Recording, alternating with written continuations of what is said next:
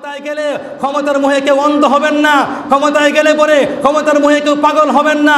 চিন্তা করবেন যে আজকে আমার দিন, আগামীকাল আরেকজনের দিন। এটা বাংলাদেশ, এই দেশে সবই সম্ভব, এই দেশে সম্ভব নয় এমন কিছু নাই, এই দেশে সব সম্ভব। এই দেশের মানুষটা হয়তো গরিব হতে পারে, এই দেশের মানুষটা হয়তো বা দেখতে কালো হতে পারে, এই দেশের মানুষ যখন ঐক্যবদ্ধ হয়ে যায় তখন এই দেশের মানুষের বিরুদ্ধে কেউ লড়তে পারে না। পাকিস্তান পারে নাই, যদি ভারত যদি আমাদের বিরুদ্ধে আসে, ইনশাআল্লাহ আমরা বলি ভারতও আমাদের বিরুদ্ধে কুলিয়ে উঠতে পারবে না। এই জন্য আমরা বলি যারাই ক্ষমতায় আসবেন যাবেন, ক্ষমতা আপনাদের হাতেই আসবে আর যাবে, ওলামায়ে কেরামদের হাতে কোনো দিন আসবে না। কারণ ওলামায়ে কেরামদের মধ্যে দালাল আছে, ওলামায়ে কেরামদের মধ্যে আবার পাট আছে। এই জন্য ওলামায়ে কেরাম কোনো দিন ক্ষমতায় আসতে পারবেন না। ক্ষমতায় আপনারাই থাকবেন, আপনারাই পালা বদল করবেন, তবে ক্ষমতায় আসলে কেউ ক্ষমতার মুহে অন্ধ হবেন না। এই জন্যে আমার শেষ কথা হলো, কয়েকটি দাবি আছে আমাদের সরকারের কাছে, আমরা সবাই আশা করি একমত পোষণ করব। দাবিগুলো আমি এক নজরে 5 মিনিটে পড়ব।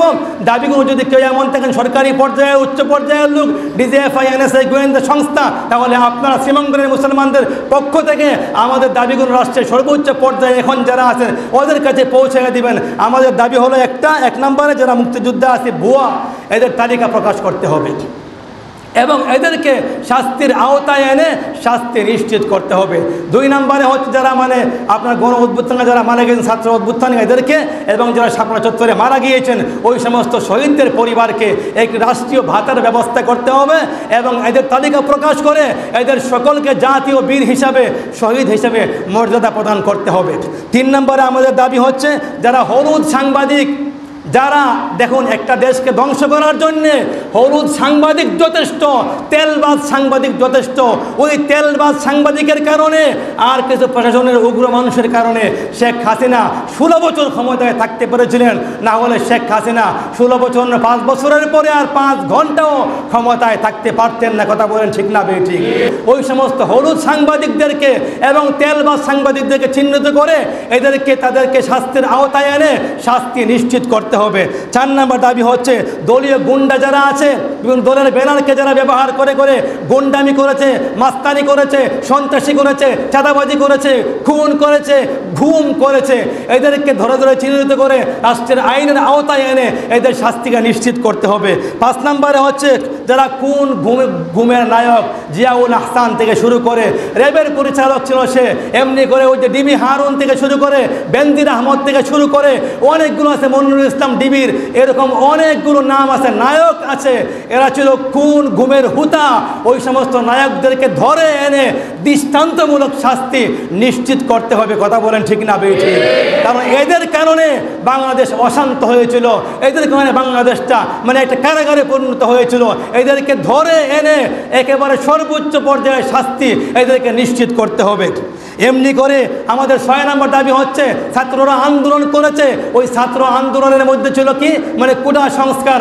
আমরা বলি বই সংস্কার করতে হবে।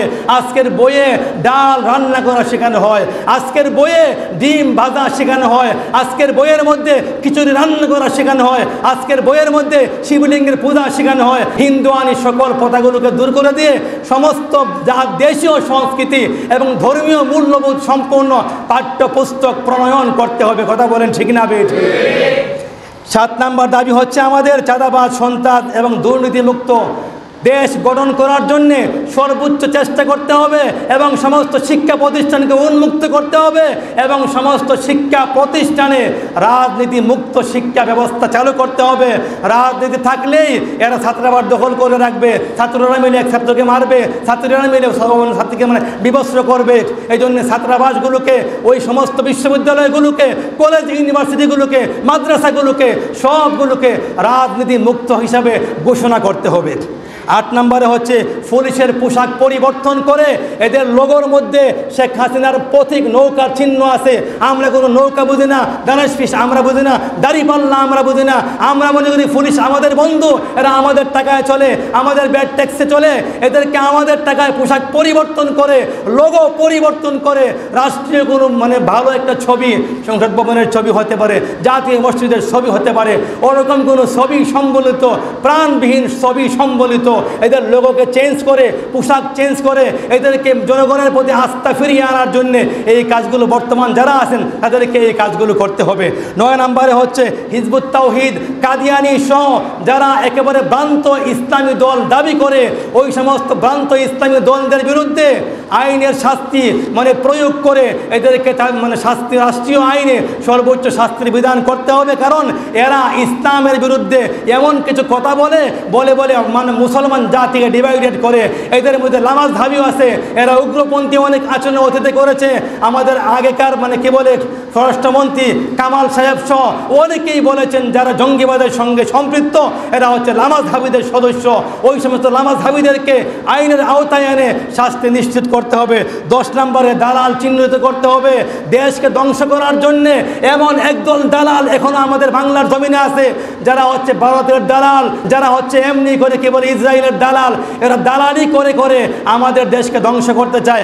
আজকেও দেখেছি আমরা এখনো আমাদের দেশের মানে প্রশাসনের ভিতরে এখনো ভারতীয় সংস্থার ভারতীয় নাগরিক এখনো আমাদের দেশে পুলিশে বিভিন্ন মানে সেক্টরে তারা কাজ করে। যারা দালাল এদেশে আছে দালালদেরকে অচিরেই চিহ্নিত করে এদেরকে এই দেশ থেকে বিতাড়িত করতে হবে। পরবর্তী সময়ে এদেরকে যেন এই দেশের জন্য তারা প্রবিষ্ট হতে আর না পারে এই ব্যবস্থা রাষ্ট্রীয় বর্তমান সরকারকে করতে হবে। এই 10টা দাবির সঙ্গে আপনারা সবাই একমত আছেন না নাই? আমরা সবাই একমত এই 10টা দাবির সঙ্গে। দালাল মুক্ত বাংলাদেশ চাই, এমন বাংলাদেশ আমাদের হবে যেই বাংলাদেশে হিন্দু, খ্রিস্টান, বৌদ্ধ, মুসলিম, অমুসলিম, ধনী গরিব, সাদা কালো নির্বিশেষে আমরা আওয়ামী লীগ বিএনপি সবাই নির্বিশেষে ভাই ভাই হিসাবে কাজ করব, চলবো। আমরা সোনার বাংলাদেশ গড়ব আর এই বাংলাদেশের মধ্যে আমরা স্বাধীনভাবে বসবাস করব। শেষ একটা কথা বলি, এটাও আমাদের দাবি। আমাদের দেশের মধ্যে আছে আমার সোনার বাংলা, আমি তোমায় ভালোবাসি, এই একটা সোনার বাংলা সঙ্গীত আমাদের দেশে আছে। যদিও জানি এটা হবে না, এর কোনো দাবি উপস্থাপন করে গেলাম। এটা হচ্ছে ভারত থেকে আমদানি করা একটা সঙ্গীত, রবীন্দ্রনাথ ঠাকুর হিন্দুর লেখা সঙ্গীত। আমাদের দেশে জাতীয় সঙ্গীত হিসাবে আল্লামা মুহিব খানের কবিতা আছে, ইঞ্চি ইঞ্চি মাটি সোনার চাইতে খাঁটি, নগদ রক্ত দিয়ে কেনা শত্রু বা হানাদার, একটি কোনাও তার কেড়ে নিতে কেউ পারবে না।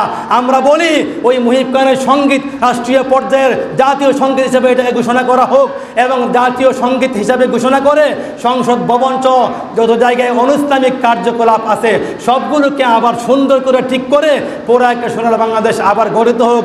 আমরা এই প্রত্যাশা বর্তমান সরকারের উপদেষ্টা ডক্টর ইউনূস সহ যারা আছেন 17 জন সকলের কাছে আমরা এই দাবি শ্রীমঙ্গলের মুসলমানদের পক্ষ থেকে আমরা উপস্থাপন করলাম। আল্লাহ যেন আমাদের প্রত্যেকের উপরে পুরো দেশের উপরে যেন আসমানের রহমত নাজিল করেন।